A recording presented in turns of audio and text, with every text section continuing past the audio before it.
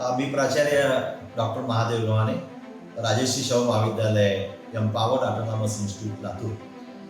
काल दिनांक 24 ऑगस्ट 2026 रोजी राजर्षी शाहू महाविद्यालयामध्ये लातूर जिल्हा पोलीस प्रशासनाच्या वतीनं पोलीस विद्यार्थी संवाद हा अतिशय स्तुत्य आणि महत्त्वपूर्ण उपक्रम पार पडला। गेल्या 1 वर्षामध्ये लातूर जिल्ह्यात रस्ते अपघातामध्ये मृत्युमुखी पडलेल्या लोकांची संख्या जर आपण पाहिली तर ही जवळपास 243 नागरिकांनी आपला जीव गमावलेला आहे। अनेकांनी अपघातामध्ये जखमी झालेली आहे।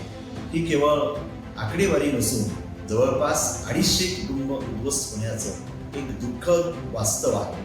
आणि या अपघातातील बहुतांश लोकांचा जो काही मृत्यू झालेला आहे तो मुख्यतः डोक्याला मार लागल्यामुळे, डोक्याला दुखापत झाल्यामुळे त्यांचा मृत्यू झालेला आहे। या सगळ्या लोकांनी जर हेल्मेट वापरलं असतं तर यातील अनेकांचे जीव वाचू शकले असते।